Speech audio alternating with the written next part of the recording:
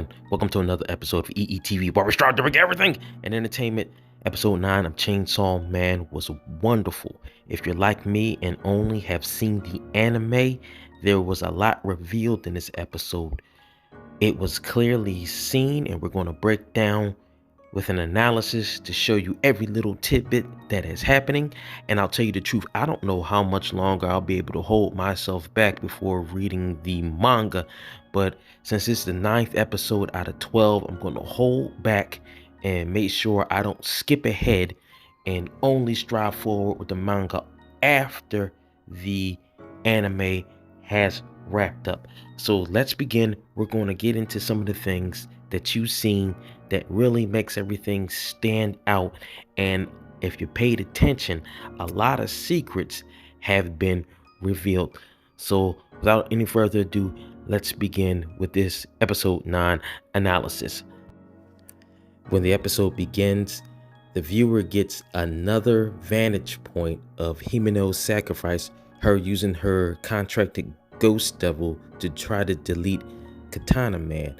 And until Akane Sawatari uses her snake devil to intervene here. Himeno uses the last of her power because she gave the ghost devil everything in order to protect Aki. After this sacrifice is made, Aki is still injured through the cutting that Katana Man has given him, and I would say maybe he's close to death. Akane is still overseeing the situation, but unbeknownst of her, that Himeno has used the last of her power to rev up Denji to give Division 4 a fighting chance. And Denji in his Chainsaw Man form is able to combat Katana Man. Now this was an interesting matchup here because both of them being hybrids and both of them just going through the paces, and the action was great. One thing I did notice is after Akane used her ability, you could see that her index finger, it looks like either the fingernail was removed or it has turned red. So with me seeing that gives me a clue that perhaps she could only use the power maybe 10 times in a day, or maybe 10 times overall. I don't know. We would have to see more in order to do this, but it's definitely a limit to how many times she can summon Snake, seeming as that little tidbit was given to us. We can see that Denji and Katana Man were like almost evenly matched as far as strength and durability, and Katana Man was able to call in reinforcements to help him get the drop on Denji.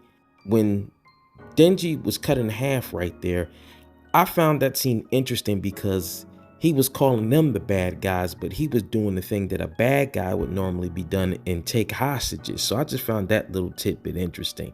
When we get to fast forward, we get to see what happened to the rest of the operatives of Division 4, and then we found out later in the episode it just wasn't Division 4 that was attacked. It was Divisions 1 through 4 throughout of Japan. And we get to see the aftermath of the battle and see Makima. And as I speculated, Makima was not dead, and she was definitely able to come back and to put the hurting on the rest of those people who were influenced by the Gun Devil on that train. Now we have arriving at Kyoto, and then of course the lunch meeting was canceled. And when she pulls up here in Kyoto at the station, I forget the name of these two individuals, but they're surprised that everybody's running off the train. You can see the scene that takes place. Makima steps off the train and she's covered in blood. But the one thing that was really interesting about that, they asked her if she was injured and she was shot, and she said no. You see the corpses have complete round holes in them. That's a key to the Makima's power. And also she lied, saying that she wasn't injured when she was shot point blank in the head twice. We get to see what's going on here. You got these prisoners here that were requested by Makima, 30 of them, because she wanted to see what she could do because it was suggested that they head back to Tokyo, but she said it'll be too late by the time we get there. I have to see what I can do from here. So that gave me the clue that she has some kind of long range ability. And I was right, because we get to see throughout the rest of the episode what her ability was. So after she changed clothes and requested that 30 death row or life inmates be requested and taken to the highest shrine in the area, we get to see how that happens and what goes on. We see a raven or a crow being in the area of Tokyo, and then all the people under the influence of the gun devil have been starting to be deleted by way of being twisted until they are no longer around. Now, another key thing that we saw there is that we saw that Akane, the woman in the orange hoodie, she also has different colors of eyes, so that might be a clue that she is not human as well. Now, we see the inmates here are dressed in white, blindfolded, and if those of you that haven't been paying attention to horror, when people get in white and blindfolded, that signifies a sacrifice. So as soon as I saw that, I knew those guys weren't going to make it out of there. So it's interesting here, like Makima knelt down to each of them and had them say the name, and the name was revealed through her seeing through the eyes of the crow or the raven, and each time that name was said of that person that was viewed through the crow, they were deleted by being twisted until they bursted literally into pieces, which I found that was a pretty cool power that Makima has. And you can see why in earlier episodes why Power was tremendously afraid of her. Now, we see all this going on, and all of the inmates do not make it, and they are Control-Alt-Deleted by Makima via long range from Kyoto, and these guys are Control-Alt-Deleted all the way from Tokyo, and that Katana Man and Akane are amazed, like, we are in some trouble here. And this was just awesome. We got to see Makima's power and what she is capable of, some of the things she's capable of. And we get another cut here with them in trouble, but they did forget about Kobeni, and we got to see Kobeni and how she was saved. And the thing that came to mind is in the earlier episodes when Himeno was talking about Kobeni, how she was timid, but she was very talented. We get to see how talented she actually is, and how she was saved by her comrade right there.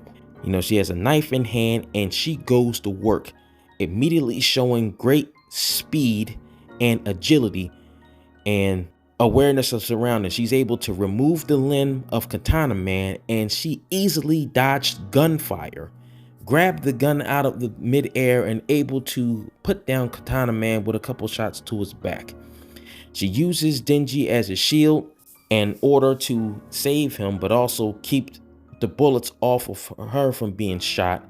And she's able to use one of the firearms that are left behind to force Katana Man and Akane Swatari to retreat, so they do not get their hands on Denji.